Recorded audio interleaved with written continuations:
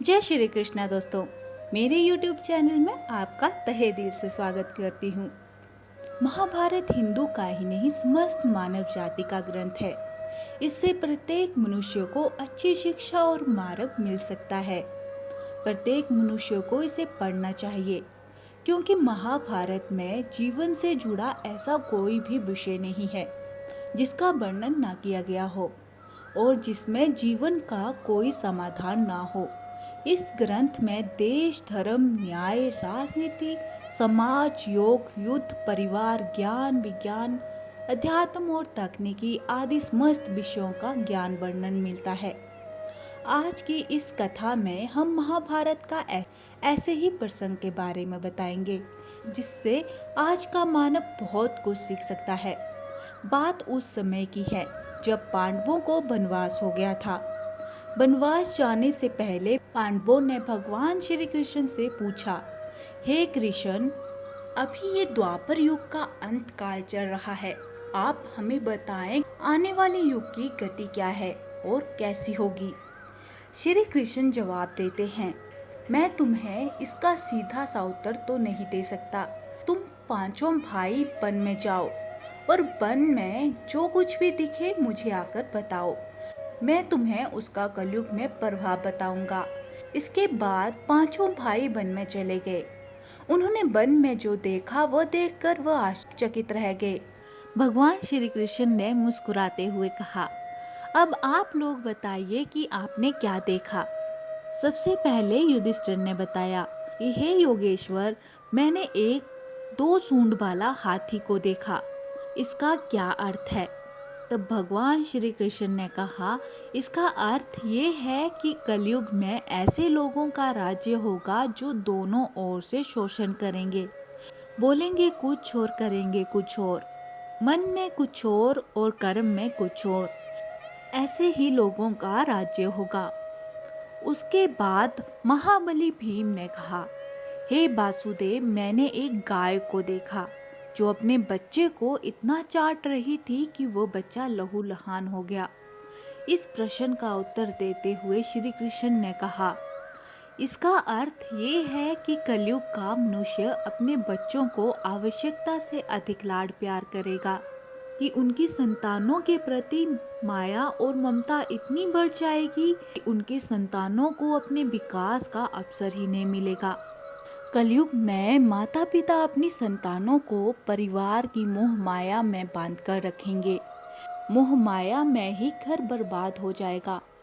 किसी दूसरे का बेटा घर छोड़कर साधु बनेगा तो हजारों व्यक्ति उनके दर्शन करेंगे, किंतु यदि अपना ही बेटा साधु बनेगा तो रोएंगे कि मेरे बेटे का क्या होगा, उसने क्या कर लिया।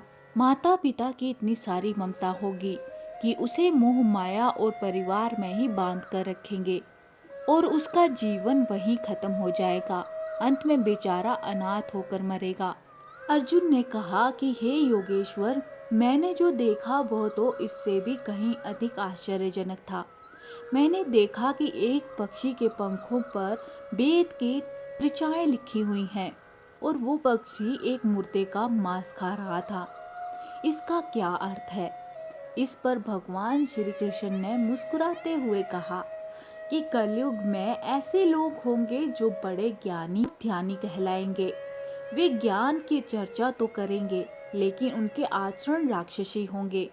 बड़े पंडित एवं विद्वान कहलाएंगे, किंतु वे यही देखते रहेंगे कि कौन सा मनुष्य मर जाए और हमारे नाम से संपत्ति कर जाए। चाहे कितने भी बड़े लोग होंगे, किंतु उनकी दृष्टि दूसरे के धन और पद के ऊपर ही रहेगी। सत्पुरुष तो बहुत ही कम दिखेंगे। नकुल ने कहा, मैंने देखा कि एक बहुत बड़ी चट्टान पर्वत से गिरी। उसे बड़े से बड़े वृक्ष भी उसे नहीं रोक पाए, किंतु एक अत्यंत छोटे से पौधे का स्पर्श होते ही वह चट्टान वहीं पर स्थिर हो गई। इसका अर्थ बताते हुए भगवान श्री कृष्ण ने कहा, कलयुग में मनुष्य की वृद्धि क्षीण हो जाएगी और उसका जीवन पतन हो जाएगा और उस पतन को धन और बड़े बड़े सत्ता रूपी वृक्ष रोकने में असक्षम होंगे। किंतु हरि नाम के एक छोटे से पौधे से मनुष्य जीवन का पतन होना रुक जाएगा और कलयुग में हरि नाम ही मोक्ष और मुक्ति का एकमात्र मार्ग होगा। सबसे अंत में सहदेव ने कहा, हे मधुसूदन, मैंने देखा कि 6-7 कुएं थे और आसपास के कुओं में पानी है, किंतु बीच का कुआं खाली है। बीच का कुआं गहरा है, फिर भी पानी नहीं। ऐसा कैसे हो सकता है और इसका क्या अर्थ है? इस पर भगवान श्री कृष्ण बोले, कलयुग में धनी लोग लड़के लड़की के विवाह में, छोटे बड़े महा उत्सवों में, सत्ता के लालच में बहुत ज्यादा पैसा खर्च करेंगे, किंतु अगर किसी भूखे को देखेंगे तो उनकी सहायता करने में किसी व्यक्ति को कोई रुचि नहीं होगी। उनका अपना ही सगा भूख से मरेगा, फिर भी वो लोग उसे देखते रहेंगे।